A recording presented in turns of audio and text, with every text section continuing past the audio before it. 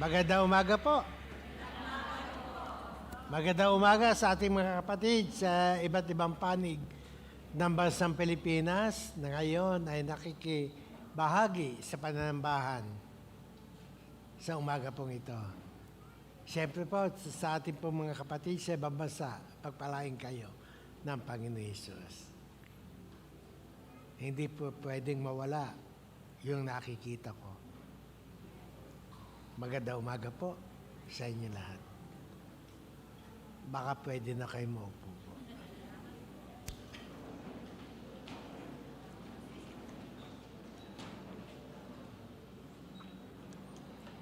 Alam niyo po, itong huling araw na ito, at ito pong ating pong nakikita na pwede maging krisis sa buong mundo ay yan pong awayan ng Iran, ng Israel, at ng Amerika. Minsan, inaakala natin ay yan po ay problemang paggagawan, pataasan ng ihi ng bawat nasyon. Yun lamang po misa ating nakikita. Pero tandaan po natin, pag ang Israel ang damay po, at doon po sa paligid na Middle East, yan po ay hula na nasa Bible. Hula, mga palatandaan na nangyayari at nagaganap na katulad ng sinabi ng mga alagad sa 24 na Mateo, Panginoon, kailan matatapos ang mundo? At ano ang mga tanda nito? Ayan nga.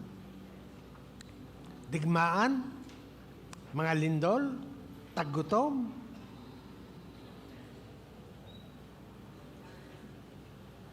Pero yung katabi mo, tumingin ka sa katabi mo, hindi ka pababayaan ng Panginoon.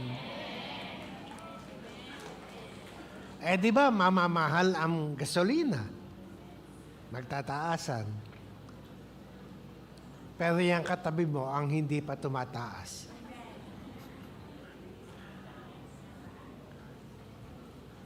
Pag tumaas ang gasolina, ano susunod? Tataas ang bilihin. Ang hindi tataas ay ang sweldo ng mister mo. Eh, paano tataas ang sweldo ng mister mo? Eh, wala namang pagkukunan. Kaya nga po, ang sabi po ng ating presidente, ano po ba ang gagawin natin pag nagtagal ang digmaang ito?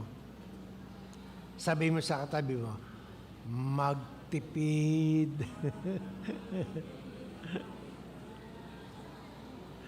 Ngayon ang tanong, meron bang titipirin ang mga Pilipino? Wala. Kaya sa panahon ng problema, sagot tayo ng Diyos. Hindi tayo sagot ng gobyerno. Sagot tayo ng Diyos. Bahala ang Diyos sa ating buhay. Palakpakan natin ang Panginoon. Sabi mo sa iyong katabi, huwag kang bibitaw, ha? Kapit ka lamang kay Lord. Siya ang ating pag-asa. Muli natin itutuloy itong ating paksang tinatalakay. Dugo ni Kristo, tanda ng bagong buhay. Tayo muna ay manalangin. Panginoon, maraming po salamat sa iyong pag-ibig, pagmamahal. Ano ang kabuluhan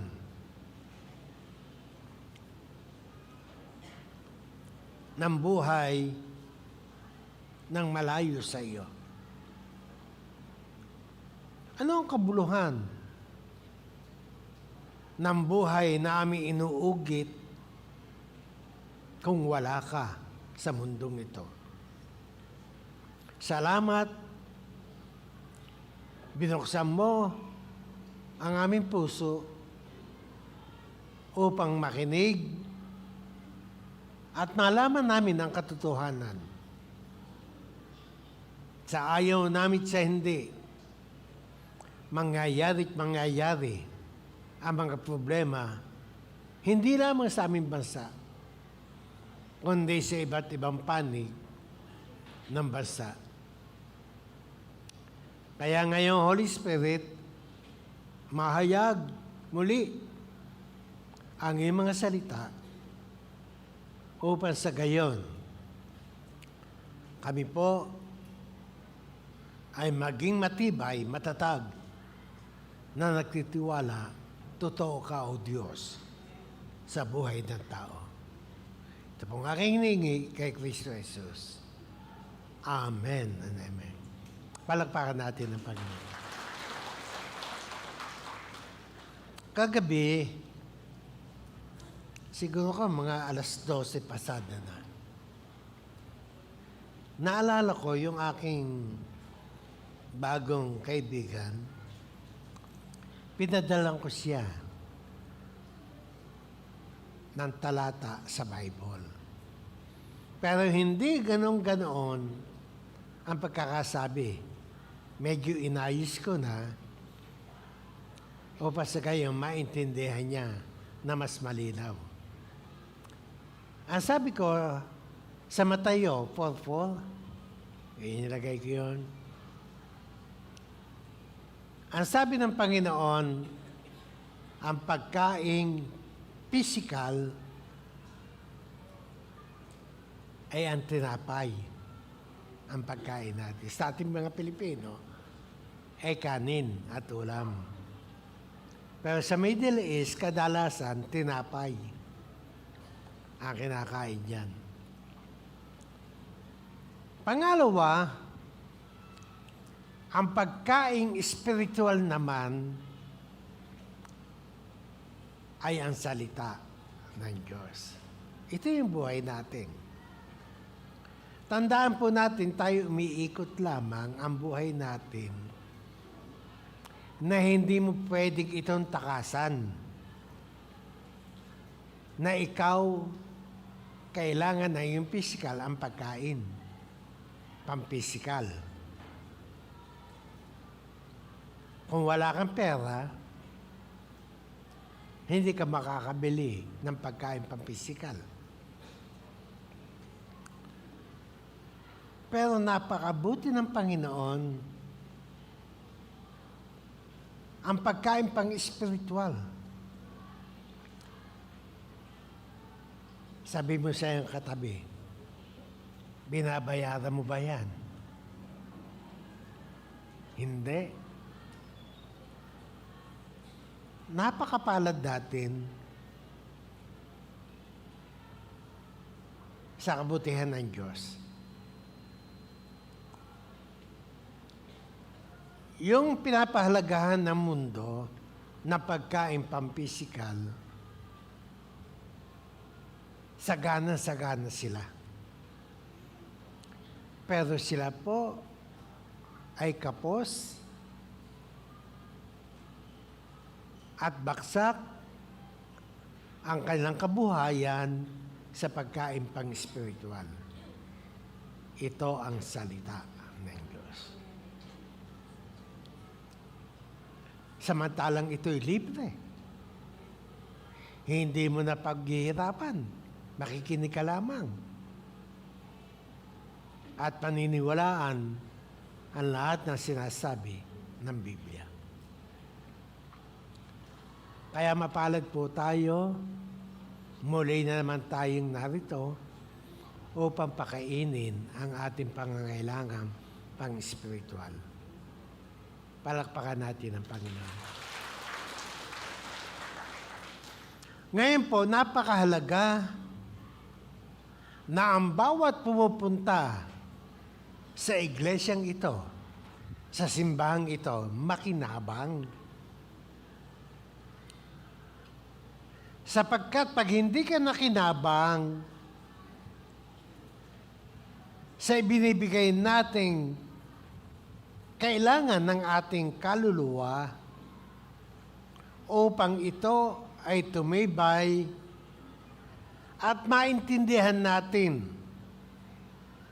na kailangan ng lahat ng tao ay maborn again. Ang born again ay hindi nakukuha sa pagpasok sa simbahang ito. Ang salitang born again ay matatamo mo yan sa pakikinig ng kanyang salita. At habang ikaw'y nakikinig ng salita ng Diyos, ito ay ipinamumuhay mo. Yon ang taong born again. Hello? At sasabihin mong ikaw'y born again, nakikinig ka ng kanyang salita, pero hindi mo ipinamumuhay, hindi totoo po. Yung sinasabi mong ikaw ay born again. Tumitig ka sa iyong katabi. Sabihin mo, parang ikaw ang kinakausap ni Tatay Pastor. Palakpakan natin ang Panginoon.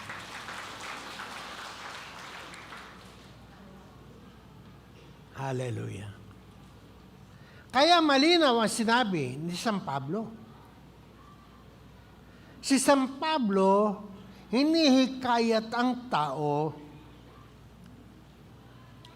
upang sa gayon luminaw sa kanya kung bakit siya'y sumusunod kay Kristo Jesus.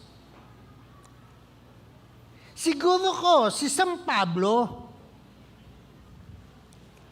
kung antimano siya ang unang naligtas at pagsunod kay Kristo Jesus, kaysa kay Judas, baka si Judas, i-Bible study niya. Baka si Judas, kanyang kinakausap.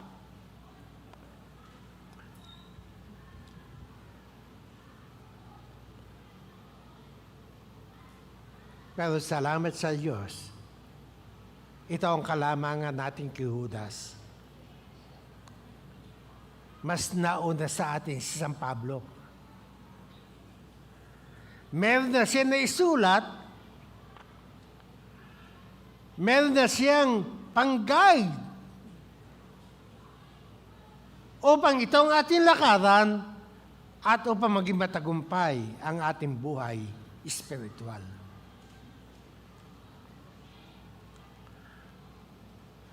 Sapagkat ang lahat ng programang ito, ang Diyos ang lumikha at gumawa ng mga bagay na inilagay sa puso at isipan ni San Pablo. Sapagkat nakikita ng Panginoong Diyos kung anong meron ang mundong ito.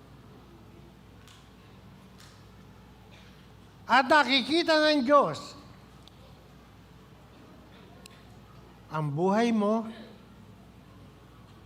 ang buhay ng bawat isa sa atin na kinakailangan. Yung sinabi ni King David sa mga awit 127. Panginoon, ang iyong salita ang ilawan sa aking landasin. Kaya ang Panginoong Diyos gumawa ng kanyang mga salita upang ito ang ating hakbangin. upang ito maging ilaw sa atin sa madilim na mundong ito. Ang mundong ito ay punong-puno ng kadiliman. Pero salamat sa Diyos, ikaw ay kanyang iniligtas at binigyan ng daan kung saan kalalakad. Salamat sa Diyos, itong ating ginagawa ay bahagi ng landasing ating nilalakaran. Palakpakan natin ang Panginoon. Kaya sabi po sa mga taga-Roma, Kapitulo 6 at talatang 6,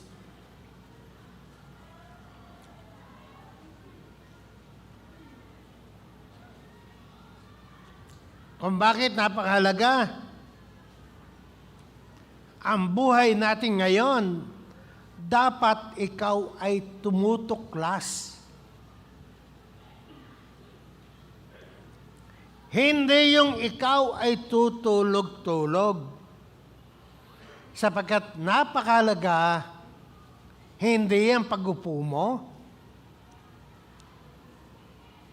nakikinig ka, kundi patuloy mong tinutuklas ang salita ng Diyos. Sapagkat ang salita ng Diyos, narito ang ating buhay. Hindi ka tumitigil ng pagtuklas dito. Sapagkat pag tumigil ka ng pagtuklas dito, tinitigilan mo na ang pagkain pang-espiritual. Manghihina ka, manglulupaypay ka. Kaya napakahalaga ang salitang pagtuklas. Kaya ang mga alagad, sila Peter, pinapayuhan ng mga mananampalataya. Ang sabi ni Peter sa kanyang salita, bago niyo paniwalaan ang mga magangaral na yan, siyasatin niyo muna. Meron kang tutuklasin kung sila'y totoo o mali.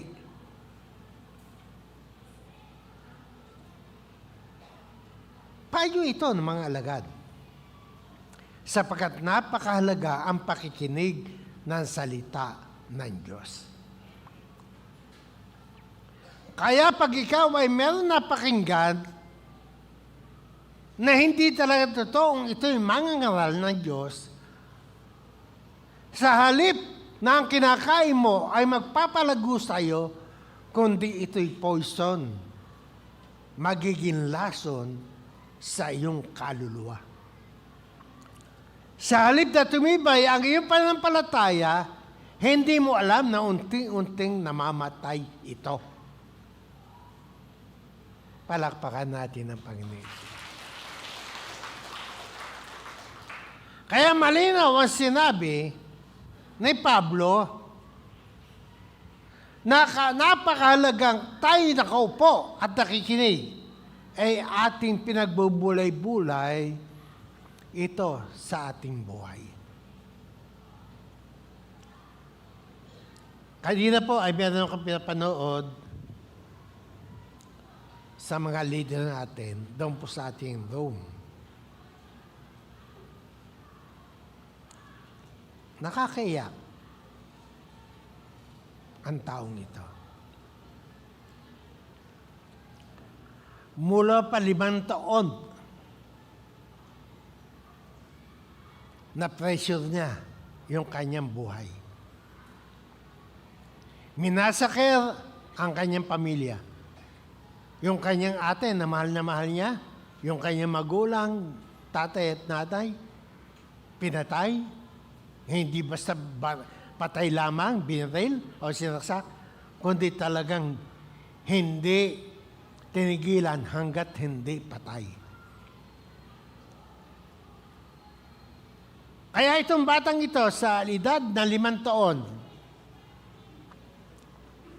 Umiiyak. Hindi malaman kung saan siya pupunta.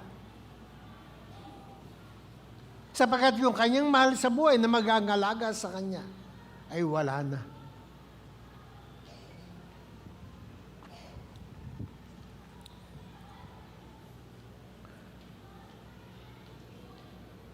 Ito ba ay robot? Ito ba ay estatwa? Katulad din natin sila. Nagugutom. Walang magulang na naghahanap ng kanyang pagkain. Sino maghahanap? Siya. Kaya ang ginagawa niya, maski patalim, kakapit siya para makakain lang siya. At sa kanyang kwento, yung mga nagtitinda sa mga bus, hindi ko alam kung ano tawag doon, mga vendor doon. Balot, balot, balot, itlog, itlog, itlog. At pagbababa daw yon, ibinababa muna yung basket. At mabilis siyang kumukuha ng itlog. Ang sabi ni Cara David, ilang itlog ang kinukuha mo? Isa lang para pagkain. Nakulong siya doon sa pagnanakaw ng itlog. Sa makatwid, itong batang ito lumaki, nagutom, at ang solusyon para siya makabili ng pagkain, pagnanakaw. Naging tirador siya, naging biyasa sa pagnanakaw. Hanggang sa siya makulong. At nang siya'y makulong, sapagkat ang huli niyan ninakawan ay isang abogada, ninakaw yung bag, tumatakbo siya, dadala ang bag, o naglalakad, may nagbiroan daw, na ang sabi, magnanakaw, magnanakaw, magnanakaw. Akala niya siya yung tinatawag naman ganako, kaya siya tumakbo. Akala ng mga tao, siya yung sinasabihan na magnanakaw. Siya yung tumakbo, siya ang pinutakte ng mga tao. At yung bag, kanyang dinampot at mabilis na may dumating na polis, siya hinuli. At nang daputin yung bag, di alam, yun ay sa kanya. May lamang 140K at may baril at yung pala abogada. Dinamanda siya ng abogada, nakulong, at doon sa kulungan, ang kanyang paniniwala, walang Diyos. Kung meron daw Diyos, bakit nangyayari ito sa kanyang buhay? Kung meron Diyos, bakit hinayaan na ang kanyang magulang ay mamatay?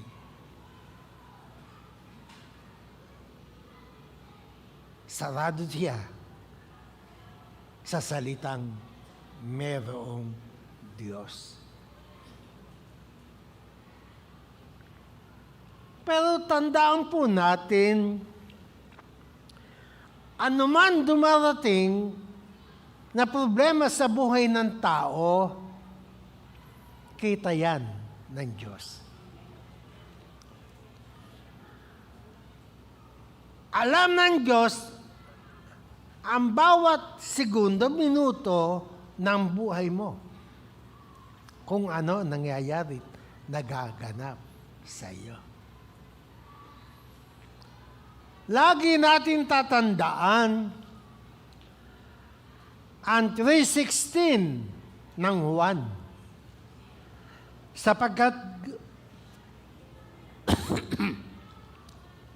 Sapagkat gayon na lamang ang pag-ibig ng Diyos sa buong sanlibutan. Ibinigay niya ang kanyang bugtong na anak. Pag-ibig ng Diyos sa lahat ng tao, ibinigay niya yung makakasagot sa buhay ng tao.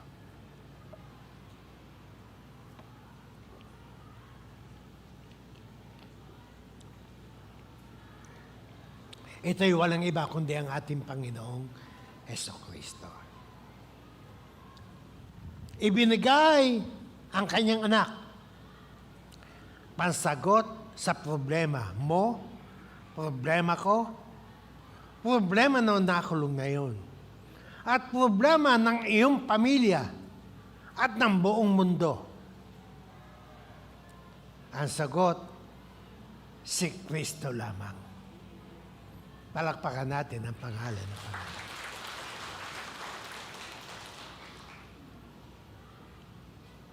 Kaya alam ng Diyos na ang batang ito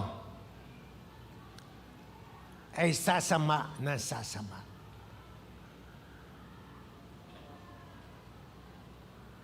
Patakbo-takbo siya. Patakbo-takbo. Makukulong. Makalalaya ka sapagkat 20 beses siyang nakulong sa pagnanakaw. Makalalaya. Gagawa na naman. Makukulong. Makakalaya. Siguro sabi ng Panginoon,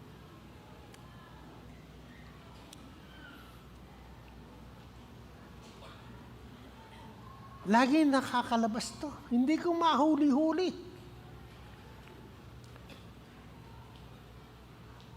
Wala namang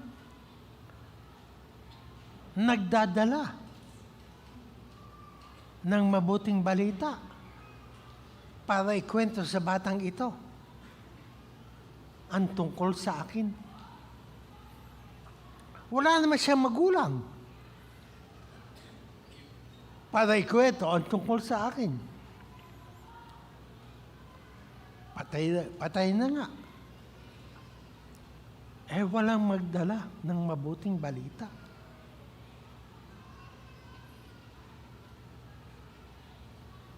Kaya napakaswerte ng inyong mga anak. May magulang na magkukwento tungkol kay Kristo. Amen.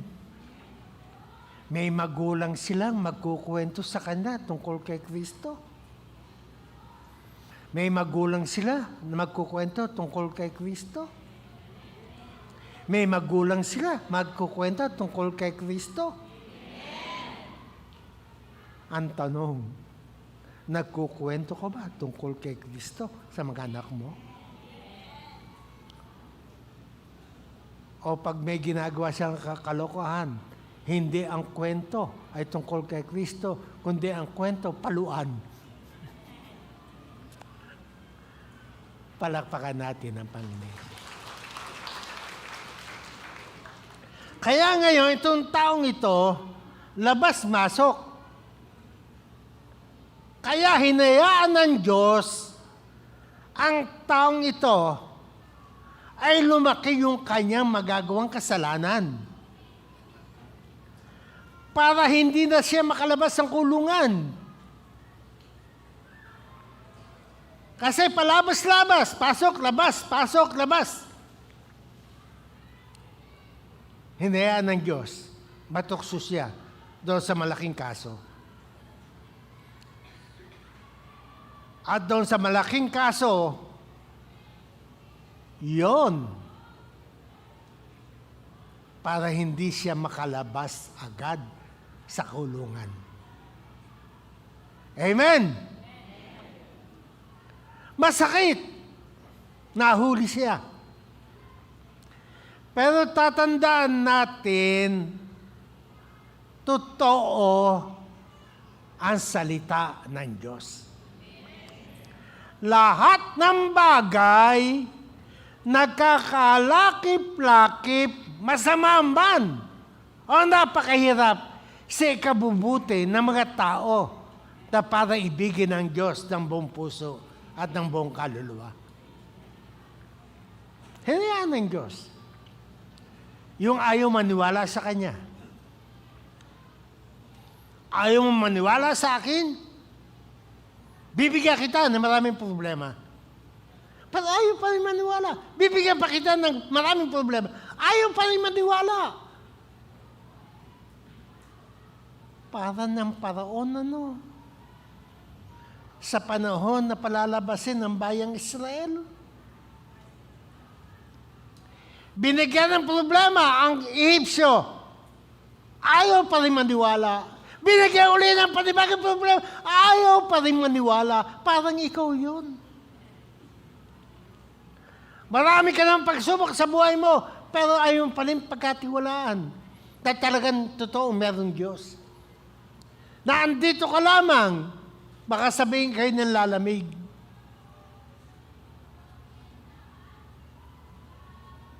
Amen. Kailan ka makakalabas sa problema mo? Kailan ka makalalaya sa problema natin? Huwag na natin pabigatin pa na tayo po ay makulong sa matinding problema ng buhay natin.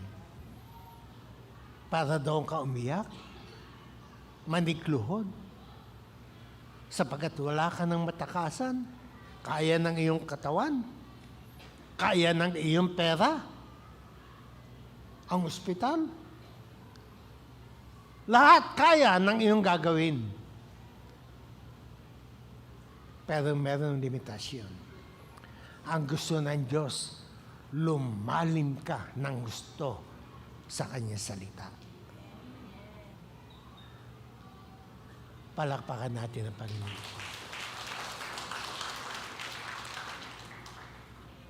Kaya dumating sa Kanya, malaking problema. Nakulong siya.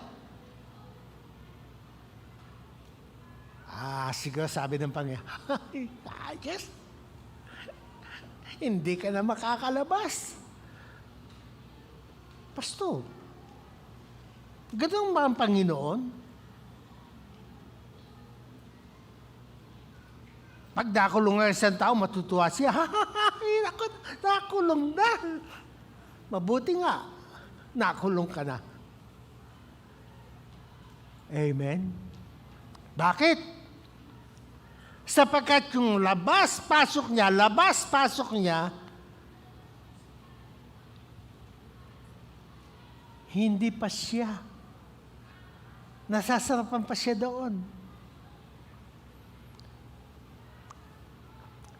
Wala naman nakukulong na matagal pag nagdakaw ka. Wala naman magdidimanda pag nagdakaw ka na itlog. Itlog lang yun. Pag nagdakaw ka ng cellphone, makalalaya ka din. Agad. Ilang buwan lang yun. Lalaya ka din. Kaysa magdemanda yung mga taong ninakaw mo ng cellphone, pabayaan ka na. Siguro ito ang mentalidad niya. Pero merong layunin ang Diyos sa lahat ng tao. Amen? May layunin ang Diyos sa lahat ng tao. Masama at mabuti. Kristiyano at makasalanan. May layunin ang Diyos. Sapagkat lahat ng tao, mahal niya. Amen? Kaya nakakulong na siya. At ang kanyang kulungan, siguro ko ay 2 metro, doon na siya umiikot. O 3 metro. Ngayon, may pumapasyal na pastor doon. At doon sa kulungan niya, kung saan siya nandoon, hindi na siya makakawala. para sabihin ng Diyos sa kanya ang kanyang pag-ibig. Nang primero magsalita ang pastor, nagtatakip siya ng kanyang tenga. Ano ba naman itong pastor na ito? Pakaingay. O sa pamamahinga ko, matutulog na ako. Salita na pa ng salita. Nakakasuya to. Hindi naman totoo kanya sinasabi. Bigyan-bigyan na ako. Amen? Pero wala siyang magawa. Dinidigdig siya ng salita ng Diyos upang ipakita at ipahayag kung gaano siyang kamahal ng Diyos. Amen? Palakpakan natin ang Panginoon.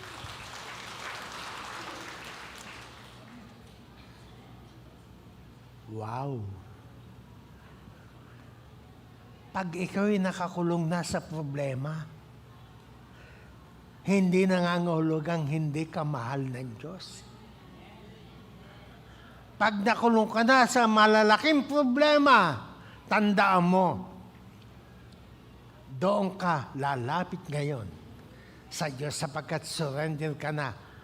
Wala ka na magawa, kundi Panginoon, ikaw na ang gagawa sa akin ng himala. Palakpakan natin ang Panginoon. Kaya kung may malalakang karamdaman, hindi na kaya ng doktor, mag-praise the Lord ka. Praise the Lord! Hindi na kaya ng doktor, ako'y pagalingin. Hindi na kaya ng aking pera ang gastusin. Panginoon, surrender na ako. Ikaw ang gumagawa ng himala. Totoo ka na gumagawa ng himala sa aking buhay. Amen? Bakit ba nangyayari sa aming bansa ito? Ang bansa Pilipinas, napakayaman. Bakit hindi mapagmahal ang aming mga taong gobyerno? Ikinulong kami sa problema at may mga bantay kami na hindi nagmamahal. Ikinulong ka sa problema. Pero tandaan ninyo, laging ang Diyos ang ating pag-asa. Amen? Amen. Hindi ka naman makakapunta sa Canada.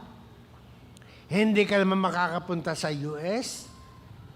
At hindi ka makakapunta naman sa Davao. Andito ka pa rin sa Laguna. Andito ka pa rin sa lugar na ito. Hindi ka makapupunta sa Singapore na maayos ang gobyerno, maayos sa pamamalakad, at ayos ang kanilang economic. Maski dumaan ng ganyang problema, sitting pretty pa rin sila. Kapatid, wala na tayong magagawa. Patangusin mo man ang patangusin ang ilong mo. Pilipino pa rin talaga. Amen? Paputiin mo ng paputiin. Pakulayan ang buhok mo. Pilipino ka pa rin. Nasa problema pa rin tayo. Pero tandaan, bagamat tayo nakakulong sa problema, meron Diyos na hindi nawawala sa ating problema. Amen! Sigaw ng hallelujah! Ano ang nangyari? Itong batang ito, nagbinata na sa pagnanakaw, nakulong. Hinayaan ng Diyos na tumagal siya sa kulungan. At doon sa kulungan, lulutuin siya ng salita ng Diyos. Sapagkat andoon yung pastor, nagpapaliwanag tungkol sa kanya. Andon ang Holy Spirit na siyang magbubukas ng puso ng batang ito. At ang Holy Spirit kumilos. Tinamaan siya ng mensahe na salita ng Diyos. Bagamat ang inyong kasalanan ay napakarami, papuputiin niya itong katulad ng niebe. Gaano man kabaho mo, gaano man karami mo, patatawarin ka ng Panginoon. Tinamaan siya. Binuksan ng Holy Spirit ang kanyang puso. Ang sabi niya, parang ako yung sinasabihan. Sino ba ang marami? Ako. Kasi sa damit ko nga lamang, napakadumi. Butas-butas na ang damit ko. Ang shoot ko nga, butas. Pag aka'y bumabaka ka, kita na. Kaya iniipit ko.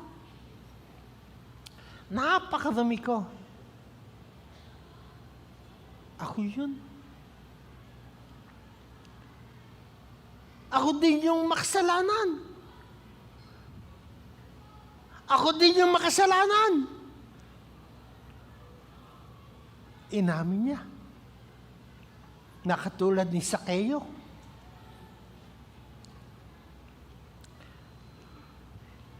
Hindi direktang kinausap ng Panginoon Hesus sa kayo.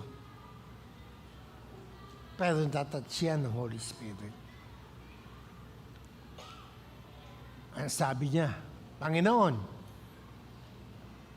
nagigilty ako. Pagkaharap kita. Hindi ko malaman kung ano ang aking gagawin.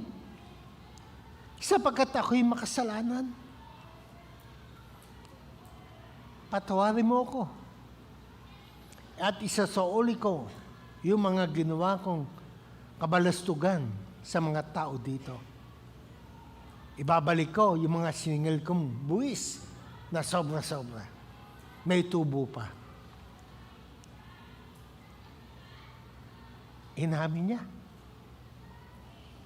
Alam niyo yun na mahalaga. Meron kang ginagawa na hindi mo alam, ikaw lamang nga hindi nakakalam, na meron na nakakalam. Una, ang Diyos ang nakakalam. Wala tayong may tatago sa Diyos. Pero ang layunin ng pagsang ito, magbalik loob kang totoong-totoo sa Diyos. Sapagkat ang pagbabalik loob sa Diyos na totoo ay gumagawa ng pagbabago. Sapagkat ang dugo ni Kristo Jesus, tanda ng pagbabago ng ating buhay. Amen? Kung hindi pa nagbabago ang buhay mo, wala pa ang tanda ng dugo ni Kristo Jesus. Hindi ka pa nalilinis, hindi ka pa nahuhugasan, hindi ka pa napapatawad, sapagkat hindi mo pa kinikilala na meron kang kasalanan. Amen? Nakatulad ng batang ito, ng binatang ito, na madinig niya, nangusap ang Holy Spirit sa kanya, humingi siya ng tawad sa kanyang kasalanan, inamin niya yung kanyang mga kasalanan, ano ang ginawa? Matindi po ang nangyari.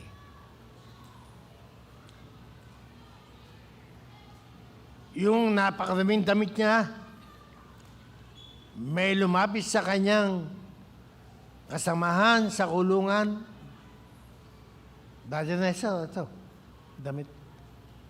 Natuwa siya. Gumawa na ng pabor ang Diyos sa kanya. Bakit? Sapagkat na-release na niya yung hadlang para tanggapin ang maraming blessing ng Diyos sa kanya buhay.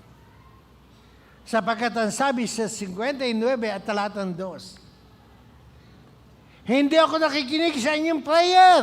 Bakit? May hadlang. Anong hadlang? Ang inyong kasalanan. Kung bakit hindi ako nakikinig sa inyong mga panalangin. 59 ng Isayas at talatang 2. Kaya itong lalaking ito, humingi siya ng tawad sa Diyos sa kanyang nagawang mga kasalanan. Marami ng pabor ang ginawa ang Diyos sa kanya. Binigyan siya ng damit. At pagkatapos, meron siyang isang kasamahan din sa kulungan, binigyan siya ng pagkain. Wow! Na hindi pa siya nakakakain ng pagkain sa labas. Ang sarap daw. Mga simple, pero gawa at galaw ng Diyos ito sa kanyang buhay. Kaya si Cara David, na-impress. Bakit talagang gawa na yan ng Diyos? Ang tagal mo na dito, walang nagbibigay ng damit sa iyo. Pero nang ikaw ay lumapit sa Kanya, humingi ng tawad, sunod-sunod na ang blessing sa iyo. Amen. Sabi mo siya yung katabi, alam ko na ang gagawin ko. Hihingi ako ng tawad sa Panginoon. Ng buong puso, ng buong kaluluwa, na totoong-totoo. Sapagkat ito ang tanda ng buhay na binago ni Kristo Jesus. Yung totoong humingi ng tawad na pinagsisihan ang lahat ng kanyang kasalanan. Palakpakan natin ang Panginoon. Sigaw ng hallelujah! Kaya ano po ang nangyari? Kinuha hiniram yung Bible ng kanyang kasamahan na ginagawang unan. Ang sabi niya, bro, pahiram naman ng Bible mo. Nakita pa yung isang tanda na totoong nagsisi na kasalanan. Ano ang tanda? Yung kanyang espiritu, yung kanyang kaluluwa, nagugutom na sa pagbabasa ng kanyang salita sapagkat ang pagkain pang-espiritual walang iba kundi ang salita ng Diyos. Kaya pag hindi ka nagugutom dito, hindi yan ang tanda na ikaw ay born again na. Ang tanda ng born again, naghahanap ka nito. Nagbabasa ka dito. Sinasaliksik mo ito. Tinutuklas mo ito. Sapagkat ito yung pagkain pang-espiritual sa ating buhay. Palapakan natin ang Panginoon. Amen! Kaya nga, sabi niya, pera na ang Bible mo. Palibasa siya hindi masyadong sa pagbabasa. Pakibasa mo na din. Kaya habang siya ay nagbabasa yun, nakikinig siya. Time-time niyang pinakikinggan ang kabutihan at pag-ibig ng Diyos sa kanyang buhay. Pagkatapos, dumating yung namamahala na gwardiya. Anong problema ni Nestor? Yung nakulong. Anong problema niyan? Wala pong problema siya, kundi ang problema niya, wala siyang ginagawa kundi magbasa ng Bible.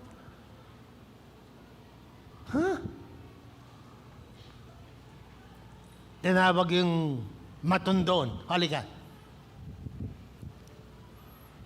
Para ba ipabugbog? Walang ginagawa to. Ikaw matundi ka. Bugbugin mo. Hindi po ganoon. Kundi tinawag. Halika. Ano po yon? Si Nestor, wag nyo nang uutusan. Na yung lahat ng dumi nyo, siya ang dadampot. Wag nyo na uutusan, ha? Wala siyang gagawin, kundi mag-pray at magbasa ng Bible, ha?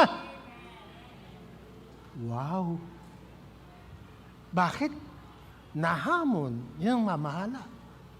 Ito ang kailangan namin. Ang taong malalim sa paglilingkod at spiritual na buhay. Amen? Palakpakan natin ng Panginoon. Sino ang kukunin mo na mananalangin yung hindi mapanalanginin? Sino ang kukunin mo para gamitin sa salita ng Diyos? Yung bang hindi nagbabasa ng Bible? Alam ng Diyos ang kanyang taong gagamitin. Yung palabasa ng Biblia at taong mapanalanginin. Titigan mo ang katabi mo, parang ikaw ang tinutukoy ni Tatay Pastor. Palakpakan natin ang Panginoon Jesus. Sigaw ng hallelujah! Kaya ngayon, ano nangyari? Sabay-sabay ang blessing sa kanya. At yung kanyang kasamahan din doon,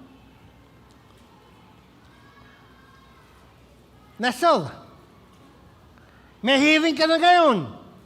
Lumabas na. May hearing ka. Sabay-sabay. May hearing ka. May hearing ako. Matagal ko nang inaantay yan eh. Nadidelay palagi. Sige. Sabi niya, Pastor, may hearing daw kami. Samahan mo ko. Ayoko na magkasala. Samahan mo ko, ayoko na magkasala. Yun ang tao na nagmamahal sa kanyang kaluluwa. Yon ang taong nagmamahal sa kanyang kaluluwa. Alam niya, yung pastor na yun, ang siya mag-guide sa kanya para lumago siya sa pananampalataya at huwag na siya magkasala. Kinausap niya, Pastor, samahan mo ko. Kailangan kita.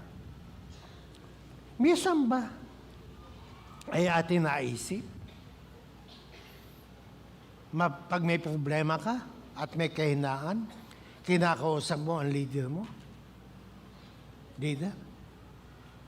Umaatake ang aking kahinaan? Ipag-pray mo ako, samahan mo ako. Palakasin mo ako sa kahinaan kong ito. O sinosolo mo? Hindi ka magiging matagumpay. Kailangan mo ang katukatulong. Ito ang ginawa ng taong ito. O bakit? Isa pa. May hearing kami, samahan mo kami, Pastor. Gusto ko mayroong lingkod ng Diyos na umaagapay sa akin. At doon sa hearing, kinausap siya noong judge. Sabi, ikaw ba, Nestor? Opo. Nag-uusap muna kami. Nang ninakawan mo, usap sila.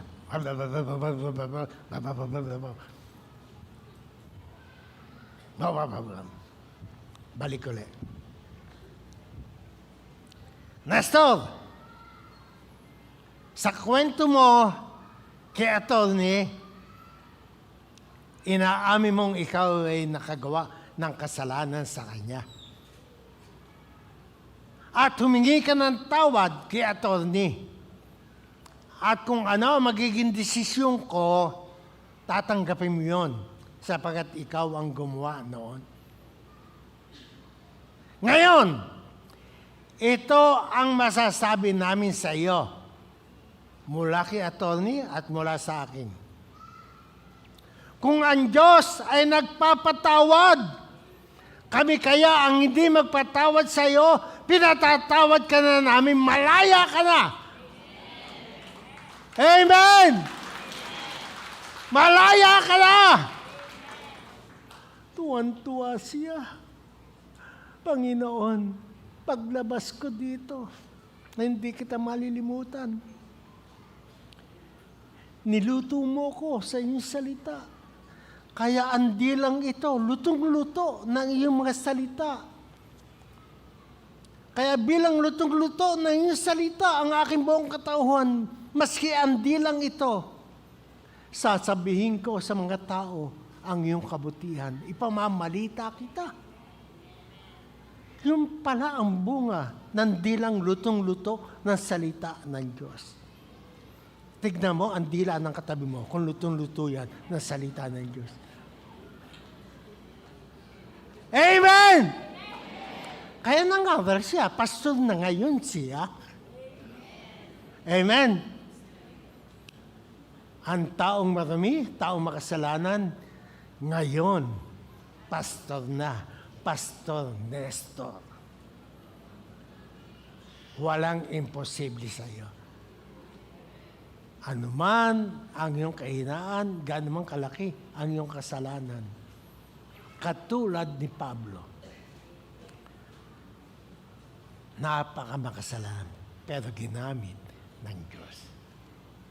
Kaya ito ang iiwan ko uli sa inyo. Itong sinabi ni Pablo sa 6:6 ng mga taga. Alam natin na ang dati nating pagkatao, ipinako na sa krus kasama ni Kristo para mamatay.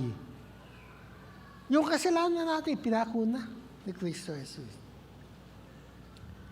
Kaya hindi na tayo dapat alipinin pa ng kasalanan. Hindi ka na alipin ng kasalanan kung ikaw ay nag-confess bilang ikaw isang marumi, makasalanan, humingi ka ng taos-pusong paghingi ng tawad kay Kristo Jesus. Tapat at banal kanyang patatawarin. Amen?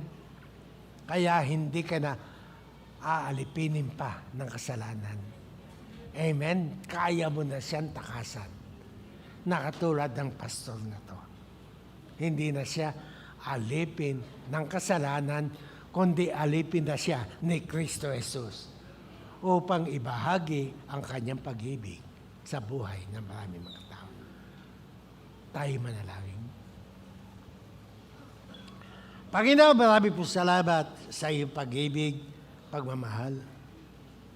Tunay ito po ang tanda ng iyong mga binago. Katulad ng buhay ni Pastor Nestor. Mula sa maraming buhay, mula sa bulok na buhay, sa pamagitan ng iyong dugo, nilinis mo siya, hinugasan. At ginawang alipin mo, Panginoon Jesus. Ito po din ang siyang aking idinadalangin sa iyong mga anak. Yung katotohanan kami po ay nasa iyo, katotohanan ikaw po ay nasa amin. At ang tanda na bago na ang aming buhay. Hindi na kami alipin ng kasalanan, kundi kami alipin ng iyong mga salita. Alipin kami, Panginoon, ng iyong layunin sa aming buhay. Kaya ngayon, pinagkakatiwala ko sila sa iyo. Sa pangalan ni Kristo Jesus.